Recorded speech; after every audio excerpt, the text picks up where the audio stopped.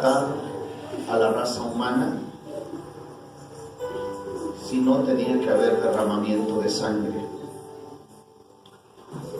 para cubrir la desnudez de Adán y Eva. Hubo muerte de unos corderos, de unos animales. Tuvo que haber derramamiento de sangre para cubrir la desnudez. Así es en la actualidad. Tuvo que haber un hombre para cubrir la vergüenza del pecado del ser humano. Ese hombre se llama Jesús de Nazaret. Un hombre que se le dio, porque la carta a los Filipenses lo dice claramente, y se le dio un nombre que es, no es cualquiera, es, si hay alguien aquí en la tierra, hermanos, que tiene un renombre muy especial, dice la Biblia que Dios le dio un nombre que es. Así es que esas personas muy importantes están muy chicas al lado del nombre de Jesús, porque el nombre de Jesús significa ungido, ungido, y cuando hablamos del ungido de Dios, estamos hablando de Todopoderoso. Sí, el nombre de Jesús es tan hermoso y tan especial. Bien, vamos a entrar a una enseñanza que les había dicho días antes, que yo quería que usted conociera el significado de las palabras de Jesús en la cruz. ¿Qué quiso decir Jesús en la cruz a través de esas 7 palabras?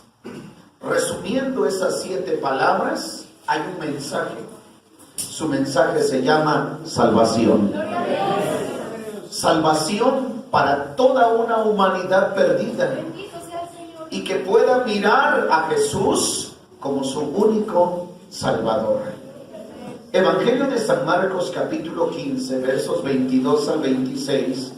Vamos a dar lectura a la bendita palabra de nuestro Dios.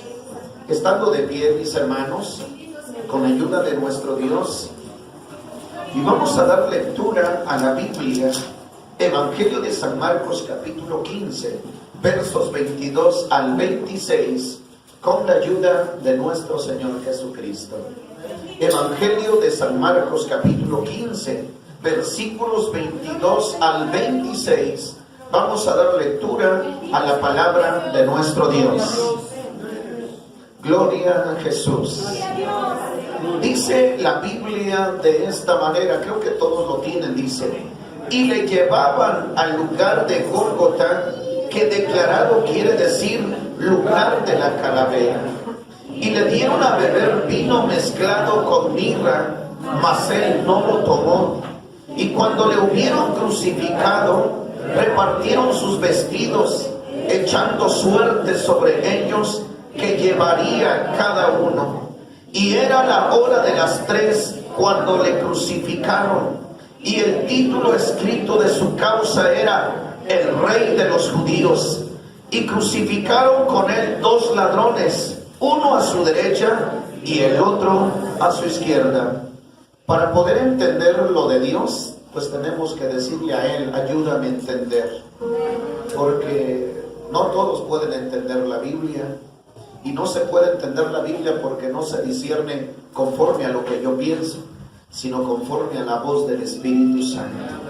Eterno Padre, en el sagrado nombre de tu Hijo Jesús, estamos delante de tu presencia, rogándote misericordia, suplicándote piedad, para que tú puedas manifestarte en esta hora de la explicación de tu bendita palabra. Señor, respáldame en el nombre de Jesús. Amén, amén. Pueden, hermanos, ocupar su lugar con ayuda de nuestro Señor Jesucristo. Todos ocupando su lugar, y pidiéndoles de favor su atención a esta enseñanza. Creo que todos nosotros conocemos que nuestro Señor Jesucristo murió, pero también resucitó. Hermanos, nuestro Señor Jesucristo, desde el día de ayer, un día como el de ayer, fue, hermanos, se está hablando que fue como 14 los hombres que han analizado, 14, 15 de este mes de abril, en el mes hebreo, mes de Nisan, así es conocido como 14, 15, mes de Nisan, fue crucificado el Señor Jesús. Bueno, desde el día de ayer fue juzgado toda la noche, llevado al pretorio por el Sanedrín, golpeado, lastimado, hermanos, de una forma bestial, por una furia romana que descargaba su ira, descargó su ira sobre Jesús al grado de arrancar su barba en pedazos, desnudarlo públicamente. Los golpes que herían su cuerpo, ese conocido como látigo, hermanos, en la punta tenían pedazos de plomo y huesos de oveja, que cuando el soldado de romano daba esos golpes sobre su cuerpo, desgarraba, hermanos, la piel con carne, y es donde brotaba sangre del cuerpo de Jesús. Pero como dice el profeta, como cordero fue llevado al matadero y no abrió su boca. Y esto lo hizo por amor a usted y por amor a mí. Él sufrió, padeció, como lo dice el profeta Isaías, de una forma, hermanos, terrible, pero terrible, hermanos.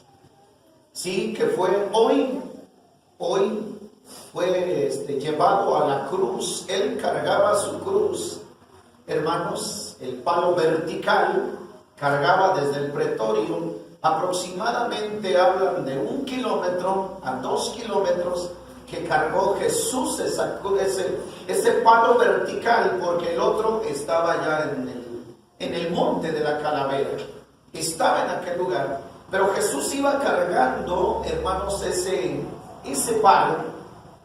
Y cuando él iba cargando, hermanos, pues imagínense su cuerpo lastimado, su cuerpo herido, desvelado, sin probar alimento, porque su alimento fue, bueno, lo que él comió fue la Pascua. El día jueves, el que él comió de la Pascua, él comió, él bebió, y de ahí fue al huerto del Getsemaní. Y cuando él estaba en el huerto del Getsemaní, ahí oraba.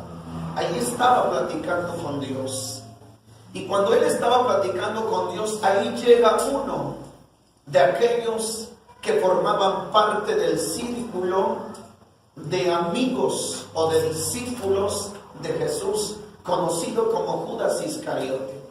El cual este hombre llega, hermanos, pero él ya iba con ese sentir, con ese deseo desde antes. Había vendido al maestro por 30 piezas de plata. Y él lo hace, hermanos, de una forma, entregando un beso, dando un beso en la mejilla. De ahí es prendido Jesús, es llevado, hermanos, para ser golpeado, para ser flagelado, para ser escarnecido, para ser, Dios mío, hicieron de él, como dice el Salmo, porque la Biblia, hermanos, nos habla. Solamente yo les hablo sobre el Salmo 22, versículos 12 al 17. Él decía, esto es una profecía, hermanos. Esta es una profecía que se cumple en Jesús. Usted lo puede leer en la Biblia, en su casa. Pero en el Salmo dice, hanme rodeado muchos toros, fuertes toros de Basán me han cercado. Abrieron sobre mí su boca como león, rapante y rugiente. Heme escurrido como aguas y todos mis huesos se descoyuntaron. Mi corazón fue como cera, desliéndose en medio mis entrañas. Secóse como un tiesto mi vigor, y mi lengua se pegó a mi paladar, y me has puesto en el polvo de la muerte. Y él decía: porque perros me han rodeado, hame cercado cuadrilla de malignos, horadaron mis manos y mis pies. Esta es una profecía, hermanos, por si alguien en verdad no cree en Dios, no cree en Jesús. Esta profecía lo habló desde el libro de los Salmos y se cumple en el Señor Jesús. Él fue llevado a aquel lugar lastimado, golpeado. Investigaba sobre esta corona de espinas, hermanos, como lo pinta el artista, de una forma que lo pone de esta manera, es alrededor, y no es así. Quien nos hablan, hermanos, de esa corona de espinas que fue puesto en su cabeza es como un tipo casco, que no solamente entraron sus espinas aquí, sino acá, hermanos. Fue un casco donde lastimaron, perforaron el cerebro de nuestro Señor Jesucristo. Y cuando Él es llevado a la cruz a las 9 de la mañana, Él es puesto en esa cruz.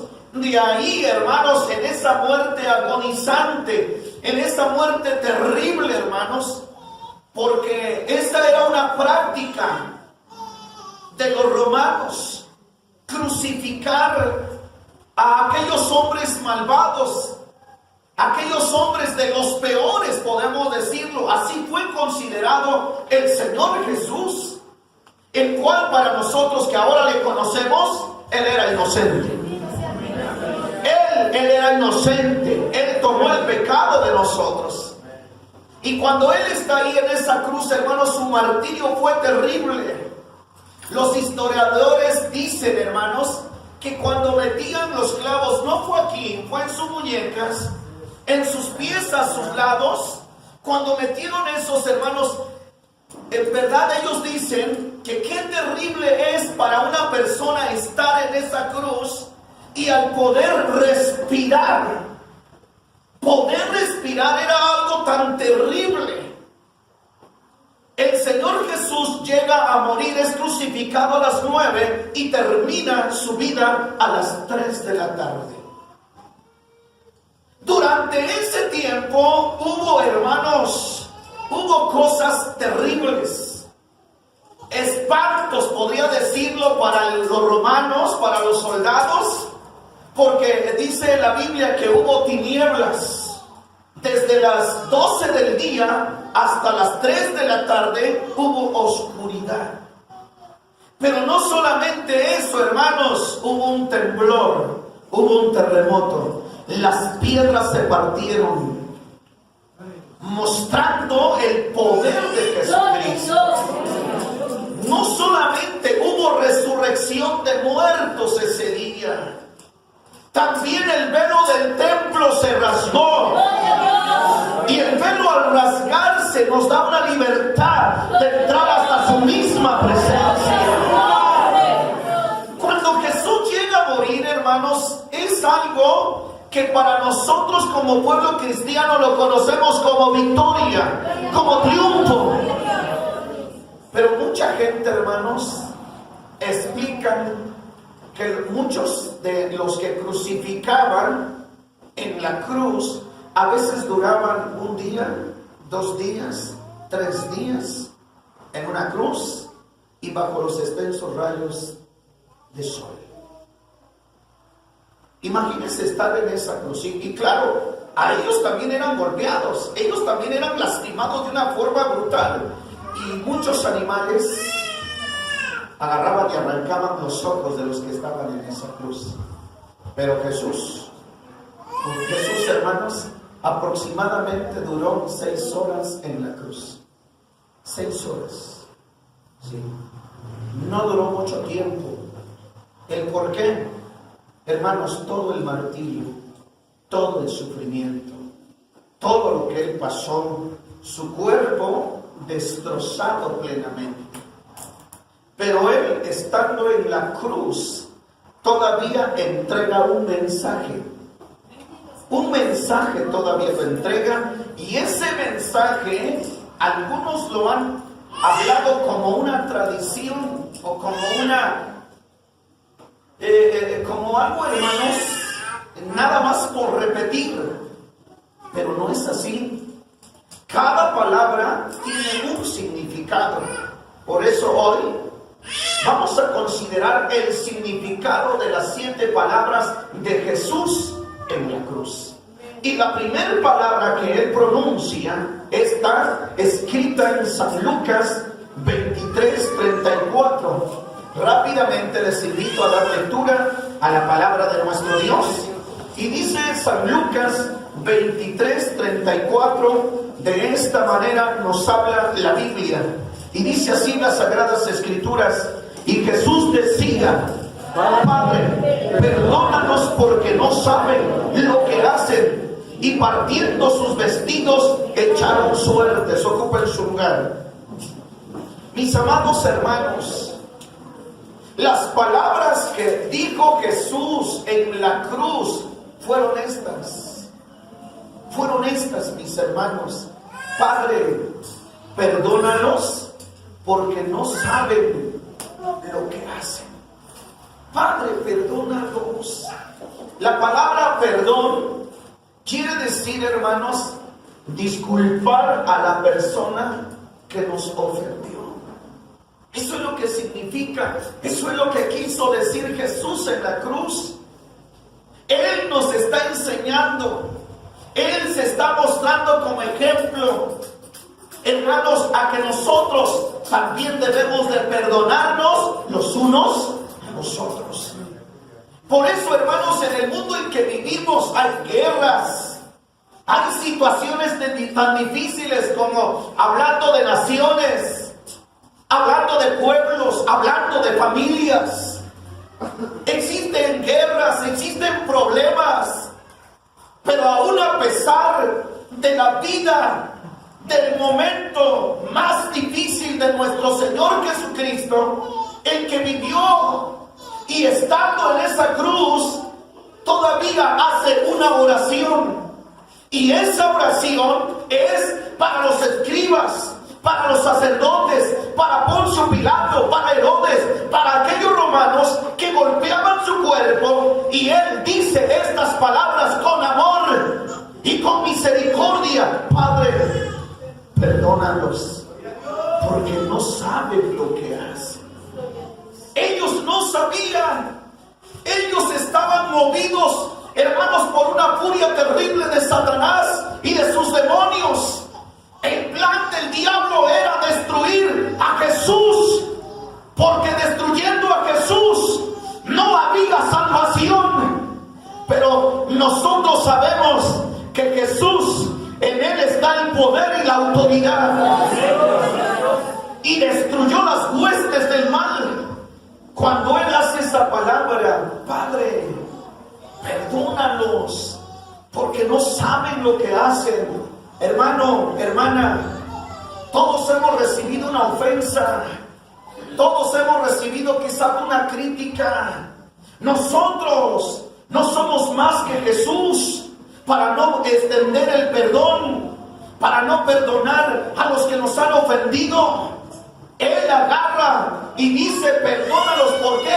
Ellos no saben lo que estaban haciendo. Porque hay personas que a veces se ciegan en su enojo y en su ira, hermanos. Acuérdense que la ira puede cegar, el enojo también ciega, y podemos dañar, perjudicar. Por eso hay que tener cuidado. En griego es dejar pasar. La palabra perdón es la cancelación de una deuda. Esto es lo que hace aquel hombre que cancela la deuda a aquel que le debía. También el perdón se basa en el amor sincero. Fíjense, hermanos, ¿cuántos de ustedes son perdonados por Jesús? ¿Cuántos son perdonados por Jesús? El perdón se basa en el amor sincero, no el amor de palabras, sino el amor con acciones. Su amor fue tan sincero, tan especial. Hermano, usted y yo, en verdad, personas podrían decir insignificantes, pero el gran amor de Dios que entregó su vida en la cruz del Calvario y lo hizo para tomar su pecado y tomar mi pecado. Por eso él aquí dice, el perdón se basa en el amor sincero. Perdonar, hermanos, es una acción del corazón. Fíjese, no es de labios, no es de pensamientos. La palabra perdón es una acción que sale del corazón. Perdonar es una acción del corazón y decisión personal. Jesús nos enseña a perdonar a nuestros deudores. ¿Cuántas veces debemos de perdonar a los que nos han ofendido? 70 veces 7 multiplicado. ¿Cuánto es? A ver, 490. Y hermanos, una vez. Hay personas, en verdad y perdón, que a veces conocen de las Sagradas Escrituras, saben de la Biblia, están sentados en un templo y, mi hermano, no pueden extender un perdón. No pueden perdonarse. No pueden decir, perdón, te fallé. Vean al Señor Jesús. De una forma que está mostrando que nosotros tenemos que perdonarnos. Porque cuando nosotros vivimos en ese perdón, vamos a vivir en unidad. Vamos a vivir en paz. ¿Por qué las naciones, hermanos, viven en guerra? Vean ustedes por qué nuestras naciones, por qué la gente vive en guerra y en guerra. Y muchas veces piensan que la paz se va a lograr, hermanos, con armas nucleares.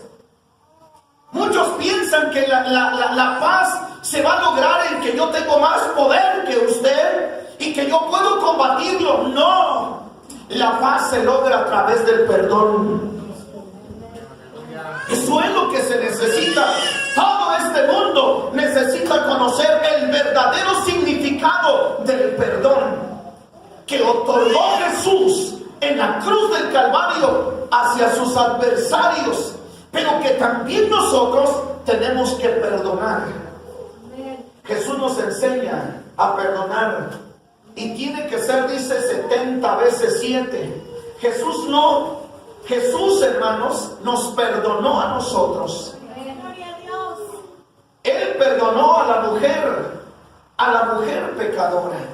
Cuando aquella mujer era llevada por aquellos hombres, hermanos, casi de puntillas la llevaban cargando y le decían, esta mujer es digna de muerte. Él la agarra y se va hacia tierra, hacia el suelo y escribía. Y lanza una palabra y decía, el que esté libre de pecado, arroje la primera piedra hacia ella. Y todos fueron redargüidos por la palabra. Se fue uno, se fue otro y se fue el otro. Y hermanos, y Jesús levanta su mirada y ve a esa mujer y le dice, ¿dónde están los que te acusaban? La mujer hermanos, con ese rostro de admiración, sorprendida, contesta esa palabra y dice, no, Señor, no están aquí. Entonces el Señor Jesús le dice, vete y no peques más. Eso es lo que ha hecho con nosotros como pecadores. Nos ha llegado a decir, vete, pero no peques más. Pero si seguimos pecando y pecando y pecando y pecando, hermanos, pues entonces, ¿dónde está el sacrificio de Cristo? ¿Dónde está la muerte de Jesús en la cruz?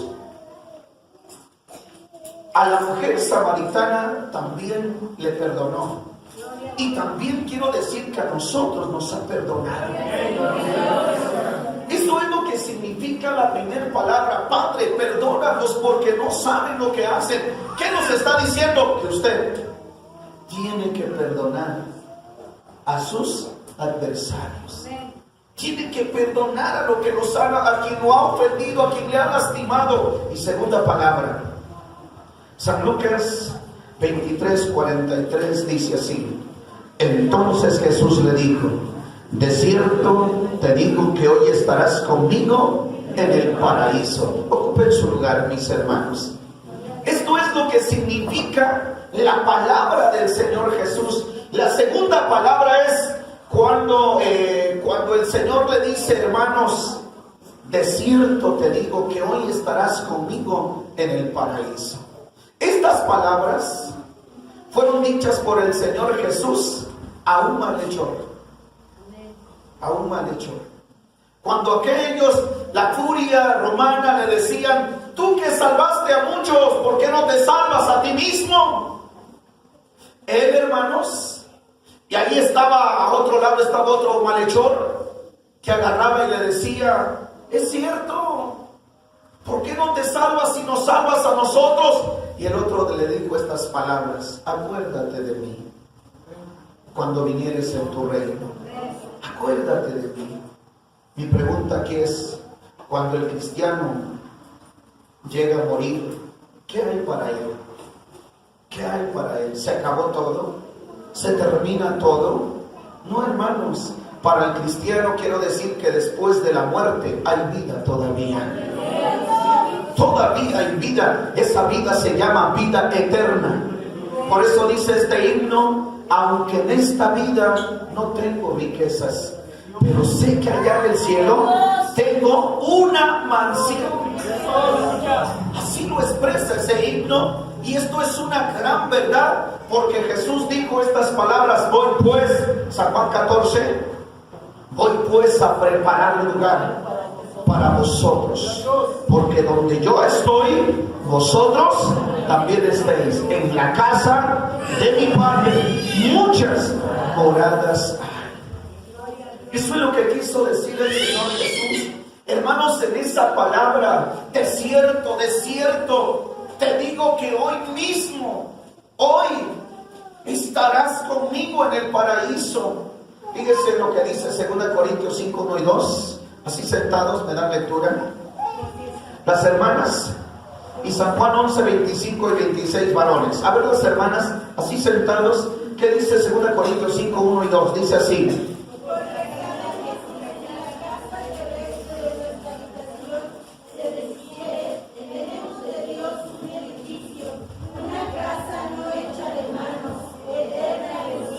gloria a Dios. Así es, hermanos, nosotros tenemos una casa especial en las mansiones celestiales. Esto es una seguridad, es algo, hermanos, tan claro para el cristiano, que nosotros tenemos una casa en las mansiones celestiales. San Juan 11, 25 y 26 varones dice así: dice Jesús, yo soy la resurrección y la vida. El que cree en mí, aunque esté muerto, vivirá. Y todo aquel que vive, que cree en mí, no morirá eternamente. ¿Crees esto? Así es. ¿Y cuántos de ustedes creen en esto, hermanos? Que Jesús es la resurrección y la vida. ¿Sí? Dios va a resucitar. El Salmo 45, 13 al 15 dice estas palabras. Nos habla, dice, ¿alguien lo tiene? Con toda ilustre es de dentro la hija del rey, de brocado de oro es su vestido. Con vestidos bordados será llevada al rey, vírgenes en pos de ella. Sus compañeras serán traídas a ti, serán traídas con alegría y gozo, entrarán en el palacio del rey. Hermanos, Dios nos está hablando cuando el Señor Jesús pronuncia esa palabra, de cierto, te digo que hoy mismo estarás conmigo en el paraíso. No está hablando del paraíso terrenal, porque no está hablando de ese paraíso.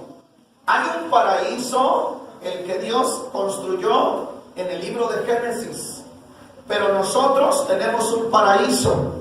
Ese paraíso está todos redimidos, todos los comprados a precio de sangre, Y todos aquellos que han nacido del agua y del Espíritu son aquellos que entrarán al reino de los cielos.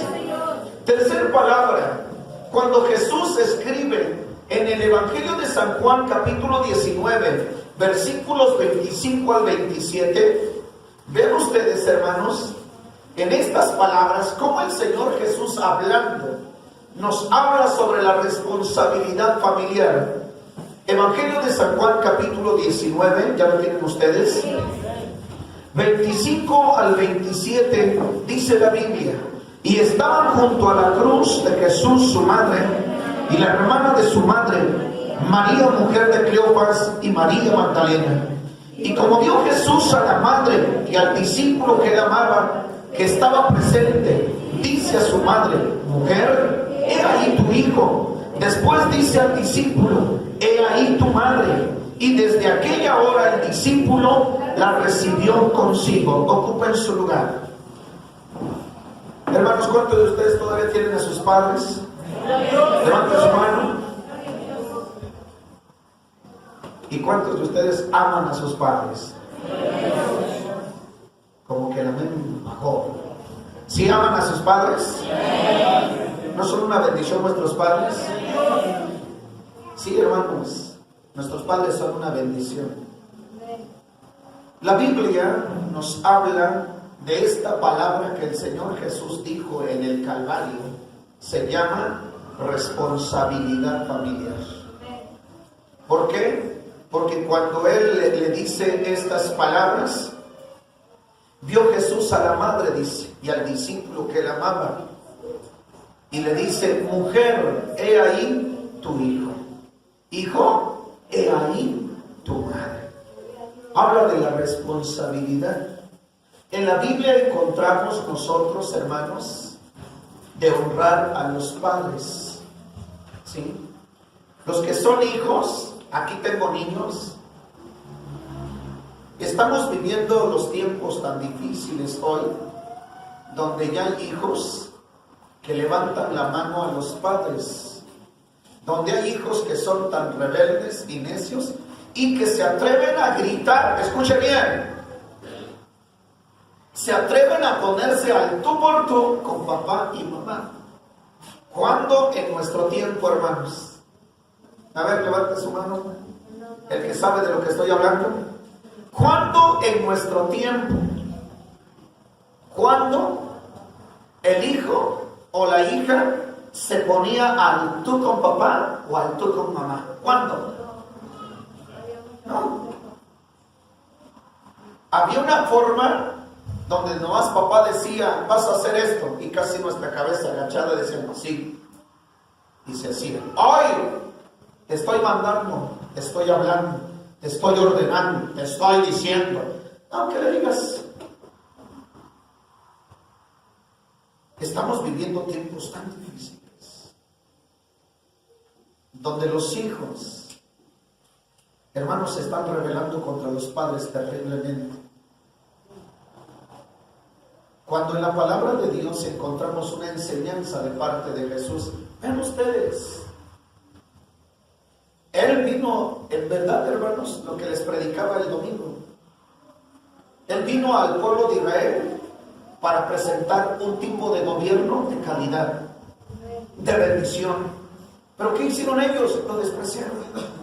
¿Por qué? Porque ellos querían un hombre político, un hombre que los librara de la esclavitud, que los sacara de su ruina.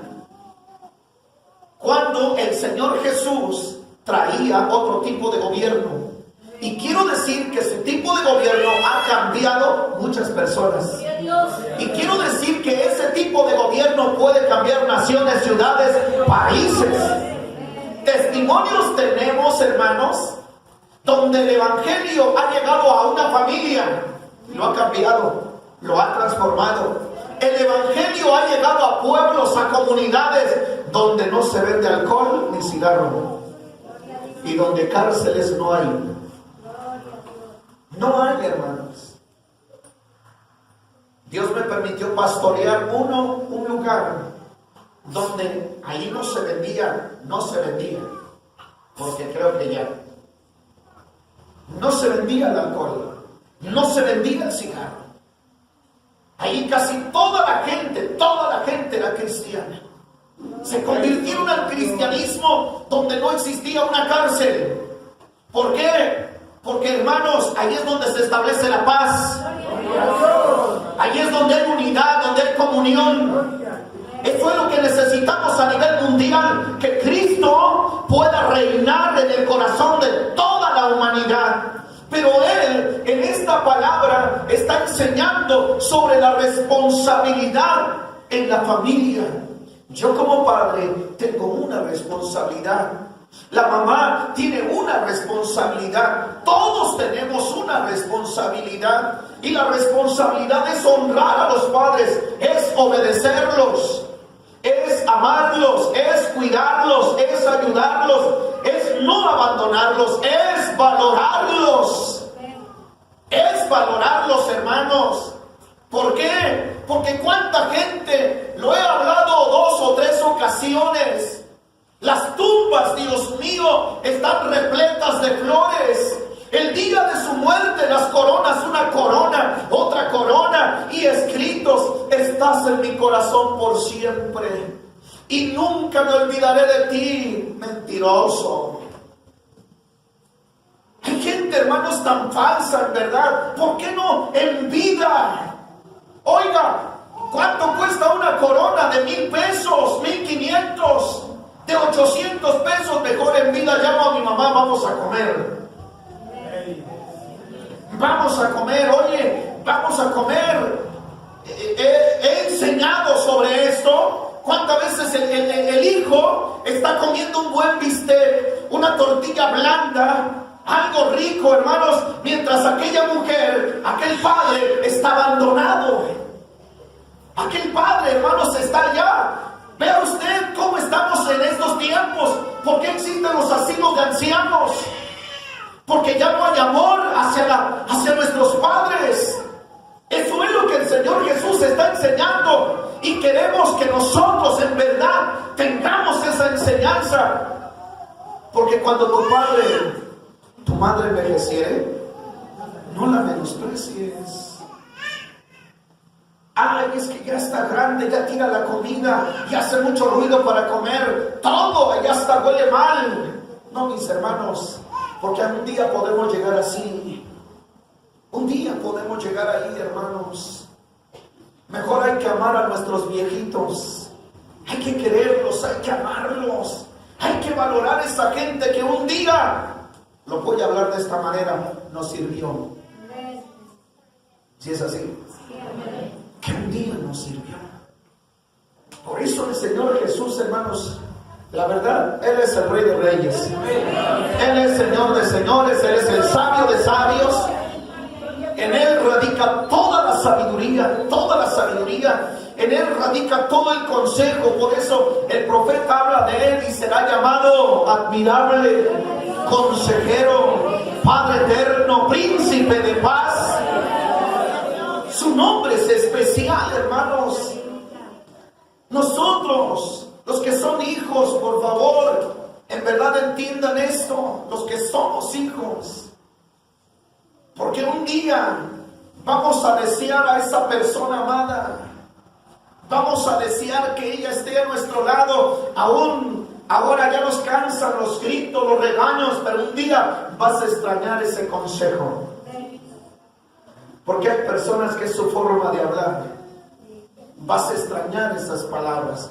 Quizás habrá alguno aquí que diga: ya no tengo a mi papá ni a mi mamá, pero lo extraño. Lo extraño. Su forma fue muy ruda de enseñarme, de corregirme, pero lo extraño.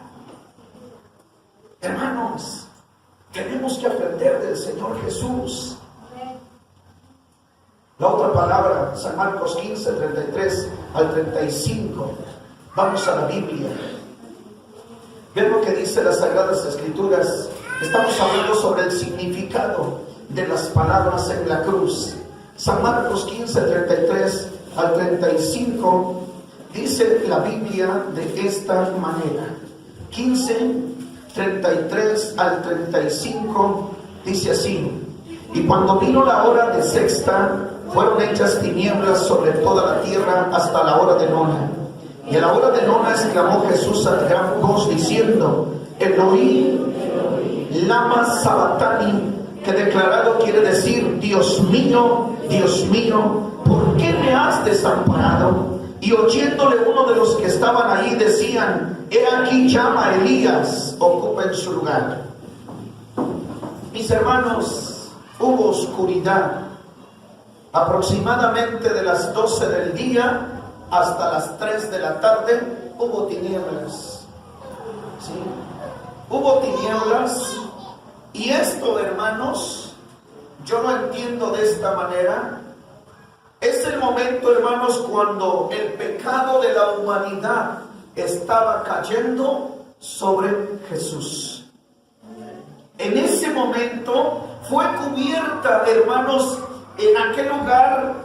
Y se habla, hermanos, se dice que esto fue en todo el mundo, pero que muchos no se explican el por qué no se registra ese hecho en la historia, el por qué no lo registran. Pero se dice que esas tinieblas que hubo desde las 12 a las 3 de la tarde, ¿por qué no se registran? Pero que se entiende que fue a nivel mundial, ¿sí? Donde hubo oscuridad. Pero yo lo que llego a entender, hermanos, es que todo el pecado de todos los que estamos aquí fue en ese lugar. Al grado que el Señor Jesús exclama, alza su voz, grita él. Pero hermanos, en verdad, a ver, una persona que ha sido operada a las mujeres casi, le han hecho una cesárea. Dígame usted, ¿es fácil dar un grito cuando es recién operada? ¿Es fácil? Bueno, las que les han hecho cesárea sí saben de lo que estoy hablando. Y las que no dicen, pues, ¿quién sabe? Hermanos, estaba analizando esto. Dicen, hermanos, que los médicos y aquellos hombres, los romanos, se sorprendieron al escuchar ese clamor, ese grito de Jesús. ¿Por qué? Porque si aún el respirar, hermanos, lastimaba cuerpo, todo aquí, todo su cuerpo lastimado, herido, golpeado, de una forma tan terrible, hermanos, él exclama, él grita, y él da estas palabras donde él dice: Dios mío, ¿por qué me has abandonado? ¿Por qué me has dejado? Él, hermanos, se sintió solo. Él fue abandonado por el Padre. Ahí, hermanos, hubo un momento de silencio del Padre. ¿Cuántos de nosotros hemos pasado por un momento tan difícil y sentimos que Dios no está a nuestro lado? Él lo vivió. Por eso Él nos conoce, Él nos comprende, Él nos entiende. Y este hermoso canto que dice, hermanos, cuando Él queda en silencio, es porque Él está trabajando.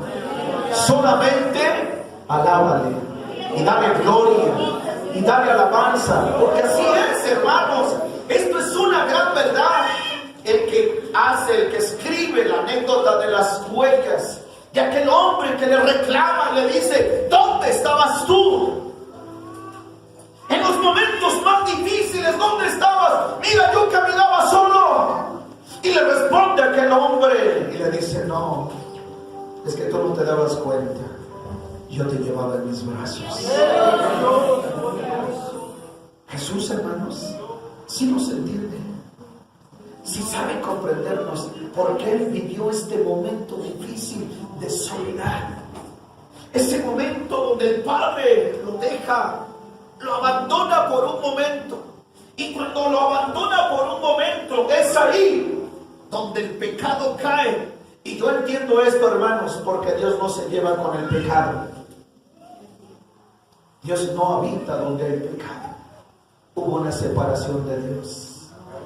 El pecado, el peso del pecado, dice la Biblia, cayó sobre Jesús. Y cuando el peso del pecado cayó sobre Jesús, se produjeron tinieblas, oscuridad. Llegaron ahí a su vida. Y es ahí donde él siente ese abandono y donde él exclama estas palabras diciendo: Elohim. Habla de esta manera: Dios mío, ¿por qué me has abandonado? ¿Por qué me has dejado? Pero hermanos, ahí fue en ese momento que cargó Dios tu pecado. Y qué bendición y qué provecho podemos decirlo para Jesús, hablando en este término, cuando aquel pecador va y viene a Jesús y lo reconoce como su Salvador y le dice: fue por mí, fue por ti, derramada su sangre carmesí. Así dice este himno: un cordero perfecto demandó la justicia según su ley. Él pagó por nosotros, Él murió por nosotros en la cruz del Calvario, dando salvación a nuestra vida. Jesús cargó el pecado de todos nosotros. Vean lo que dice Primera de San Pedro capítulo 2, Primera de San Pedro 2, versículos 22 al 24. Dice la Biblia así: el cual mismo llevó nuestros pecados en su cuerpo sobre el madero, para que nosotros, siendo muertos a los pecados, vivamos a la justicia, por la herida del cual habíais sido sanados. Hermanos, qué bendición. Ocupe su lugar. Cristo tomó el pecado de la humanidad, por eso hubo tinieblas. Pero también en eso, hermanos, Jesús exclama otra palabra, dice otra palabra: sé eterno. Aquí lo habla San Juan, Evangelio de San Juan 19, 28 y 29. Así sentados van a dar lectura a la Biblia ustedes, y dice así: San Juan 19, 28 y 29. Dice la palabra, si ustedes lo tienen: después de esto, sabiendo Jesús que todas las cosas eran ya cumplidas, para que la escritura se cumpliese, dijo: sed tengo. Y estaba allí un vaso lleno de vinagre. Entonces ellos hicieron una esponja de vinagre y rodeada un hisopo se la llevaron a la boca. Bien, hermanos, la palabra de Jesús, cuando Él dijo: sed tengo, en ese momento, hermanos, la Biblia se cumple. Todas las profecías, Génesis 3:15, cuando Jesús ha sido herido por el calcañal. Pero Jesús, ¿qué ha hecho, hermanos? Ha matado, ha herido en la cabeza a Satanás, lo ha derrotado, lo ha vencido. Él exclama estas palabras y dice: sed tengo. Pero ¿de qué tenía sed, hermanos? De que toda la gente viera que Jesús estaba muriendo por el pecador, que se diera cuenta. Acuérdese lo que dice la Biblia en el libro del Éxodo, cuando el pueblo de Israel era mordido por serpientes ardientes, dice la Biblia, venenosas, y la gente moría. Dios le dijo a Moisés: levanta una serpiente de metal. Y la Biblia nos habla en San Mateo, hablando Jesús: así es necesario que el Hijo del Hombre sea levantado. Por eso nosotros, hermanos, que hemos pecado, abogado tenemos para con el Padre, a Jesucristo el justo. Tenemos que mirar al Cordero. San Juan el Bautista ve, hermanos, en el día de su bautismo, él estaba bautizando en el río Jordán y ve a Jesús. Y cuando él ve a Jesús, dice estas palabras: he ahí el Cordero que quita el pecado del mundo. Pero unas palabras, hermanos, cuando San Juan, en el libro del Apocalipsis, San Juan, él está llorando amargamente, desconsoladamente, lloraba San Juan. ¿Por qué? Porque no había un hombre, ni en el cielo, ni en la tierra, ni debajo de la tierra, que pudiera desatar el libro de los sellos. Y él lloraba amargamente, decía: no hay nadie digno de hacer esto. Y cuando él voltea y ve a sus espaldas a un cordero, ¿cómo Jesucristo el justo. Él es, hermanos. Él es el que abre ese libro. Y de ahí se desatan los juicios sobre la tierra. Por eso, hermanos, no adoramos a cualquier Dios. No adoramos a cualquier Dios. Estamos adorando a un Dios vencedor, a un Dios victorioso. Esto es una seguridad plena. Que no le cantamos a un Dios muerto, que no le cantamos a un Dios que está ahí en una cruz, que no puede moverse. Como dice el profeta y como dice el salmista, tiene ojos y no ve, tiene manos y no puede palpar. Y como dice el canto de nuestro hermano, tenía 10 y yo le cargaba. Sí, tenía boca, pero no me hablaba. Y yo creía que Él era nuestro Dios, pero no es así. Jesús se ha levantado. Él tenía esa sed. San Juan 4:31 al 34. Ven ustedes lo que Jesús expresa ahí. San Juan 4:31 al 34 dice la Biblia así. Ustedes dicen: entre tanto los discípulos le rogaban diciendo: Rabí, come. Y él les dijo: yo tengo una comida que comer que vosotros no sabéis. Entonces los discípulos decían: el mamador, si le habrá traído a alguien de comer. Dícele Jesús: mi comida es que haga la voluntad del que me envió y que acabe su obra. Gloria a Dios. Hermanos, gracias. Cuando Jesús expresa estas palabras, está refiriéndose que su trabajo es salvar a la humanidad, libertar a la humanidad. Lamentablemente, muchos lugares todavía tienen a un Cristo crucificado porque desconocen las Escrituras, por falta de escudriñar la Biblia.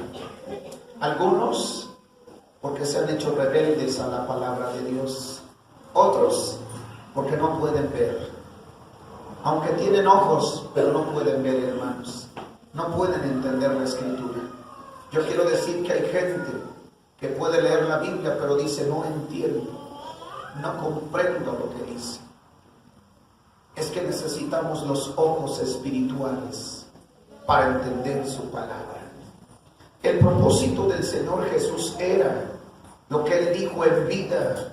Hablando, antes de ir a la cruz, Él dice estas palabras: mas en el postrer día grande de la fiesta, Jesús se ponía en pie y clamaba diciendo: si alguno tiene sed, venga a mí y beba. Pero hermanos, qué difícil es para mucha gente seguir a Jesús. Qué difícil.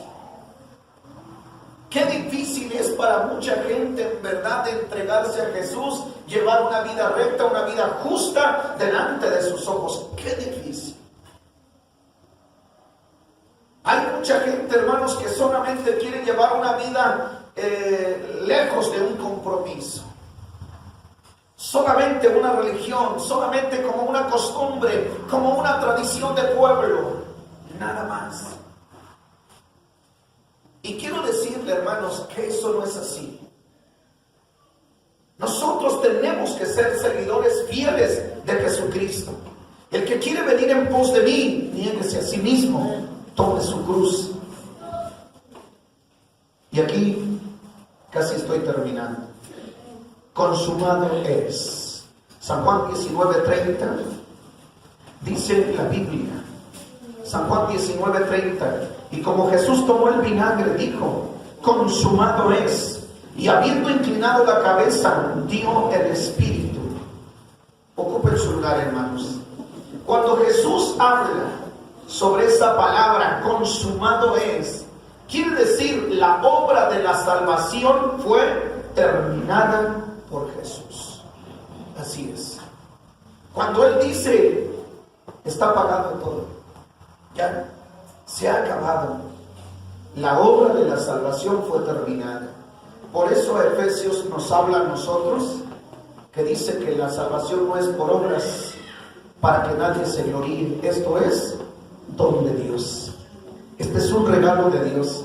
Hermanos, Dios está entregando la salvación gratis. Está hablando. Y como Él dijo una vez: venid a mí todos los que estáis trabajados y cargados y cansados, que yo os haré descansar.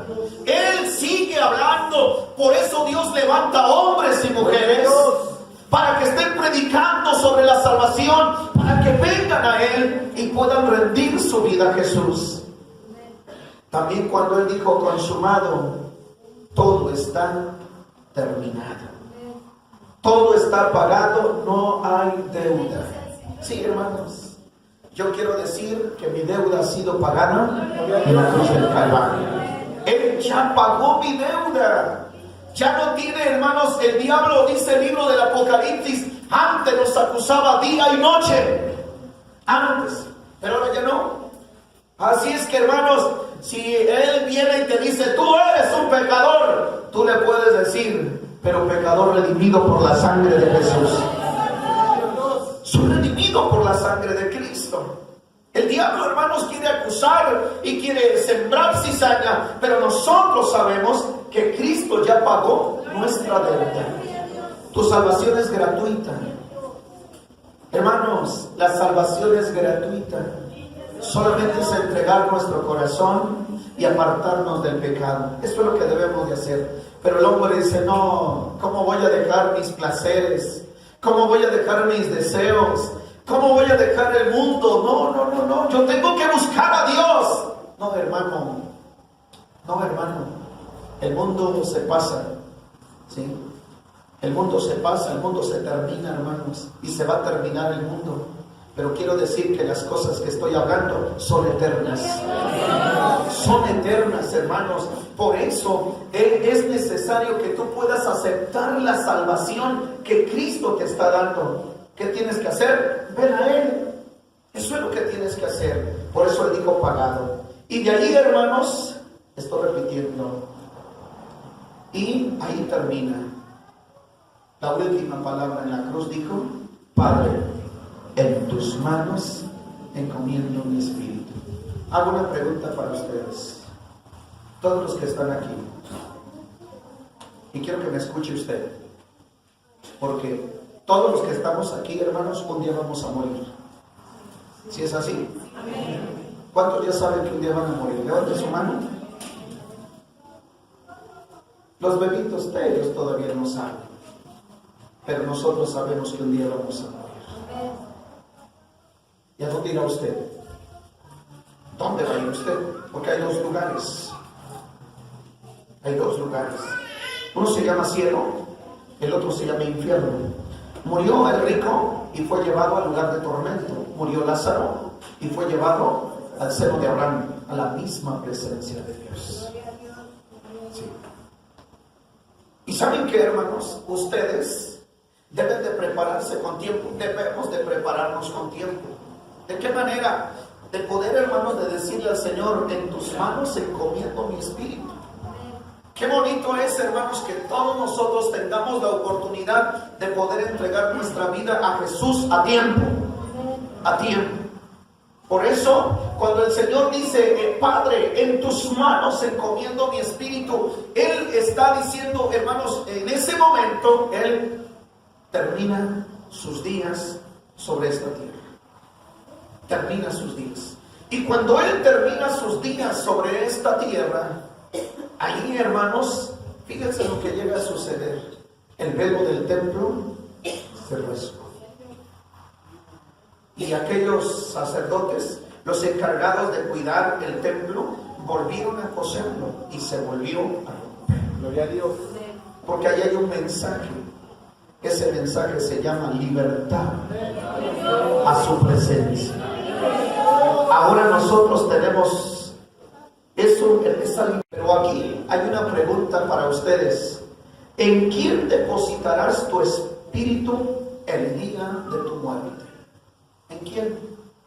Si tú no estás buscando a Dios, si Si tú no necesitas de Dios, ¿en quién vas a depositar tu espíritu? Algunos dirán, morimos y se acabó todo. Salomón lo está hablando porque así habla sobre el espíritu del animal, ¿sí? Sobre los animales, pensando que murió el hombre, se acabó. No, mis hermanos, no, hay vida después. Escudriñe usted la Biblia y se va a dar cuenta. En el Salmo 48:14, vean ustedes, para responder a esta palabra. Salmo 48:14 dice así. ¿Ya lo tienen? En voz alta dice: porque este Dios es Dios nuestro eternamente y para siempre. Él nos capitanará hasta la muerte. Él será nuestro capitán. ¿Hasta cuándo? Hasta la muerte. Ocupen su lugar. Qué bendición, hermanos. ¿Cuántos de ustedes quieren que Dios sea su capitán hasta la muerte? ¿Pero qué tienen que hacer? A ver, hermanos, ¿qué se tiene que hacer? Yo quiero que Él sea mi capitán hasta el día de la muerte. Yo tengo que entregarme a Él, yo tengo que buscar a Él, yo tengo que pedirle perdón a Él. Yo tengo que depositar mi vida en Él. Algunos dicen, es que yo deposité mi vida en las manos de la muerte. Está equivocado. Sí. Solamente nuestra vida debe estar depositada en las manos de Dios. Él debe ser nuestro capitán hasta la muerte. Eclesiastés 12:7, vean lo que dice la Biblia. Y el polvo se tornará a tierra como era, y el espíritu se vuelve a Dios que lo dio. Hermanos, esto es una gran verdad. Así de pie, les invito a estar de pie. Sí. El espíritu va para Dios. Sí. 2 Corintios 5:10, hermanas, varones, Daniel 12:2 y 3. Vamos a leer la Biblia. Aquí ya terminé, hermanos. ¿Qué dice 2 Corintios 5:10? Mujeres, dice así. porque es menester que todos nosotros ofrezcamos ante el tribunal de Cristo, para que cada uno reciba según lo que hubiere hecho por medio del cuerpo, ora sea bueno o malo. Bien, Daniel 12 dice: Y muchos de los que duermen en el polvo de la tierra serán despertados, unos para vida eterna y otros para vergüenza y confusión perpetua. Y los entendidos y los que enseñan la justicia como las estrellas de perpetua eternidad. Hermanos, estas fueron las palabras de Jesús. Y se dieron cuenta que daba un mensaje. Tiene un mensaje. Usted ya escuchó este mensaje, pero lo que me preocupa es la última, el día de su muerte. ¿Dónde va a encomendar su espíritu, su vida? Hoy es un día que usted agradezca a Dios y diga: Señor, aquí está mi vida. Yo quiero que terminemos este canto. Me has tomado en tus brazos y me has dado salvación. Y si alguno de ustedes quiere venir al frente a decir: gracias, Señor, gracias por tu muerte en la cruz, gracias por amarme, gracias por salvarme, gracias por pagar en la cruz del Calvario. Me has tomado en tus brazos y me has dado salvación. De tu amor has derramado en mi corazón. No podré agradecerte lo que has hecho por mí. Solo puedo darte ahora mi canción para darte las gracias. Muchas gracias, Señor. Gracias, mi Señor Jesús. Gracias, muchas gracias, Señor.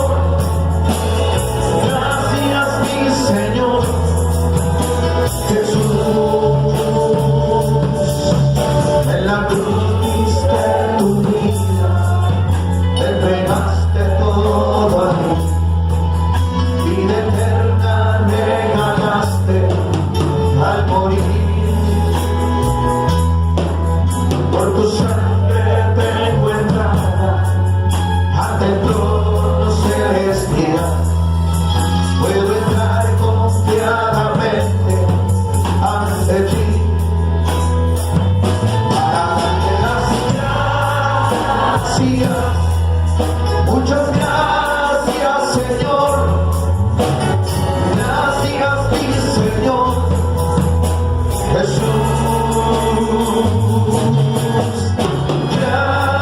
Gracias. Muchas gracias, Señor. Gracias, mi Señor Jesús. Padre, quiero agradecerte el gran amor que tuviste hacia la humanidad, donde enviaste a tu único Hijo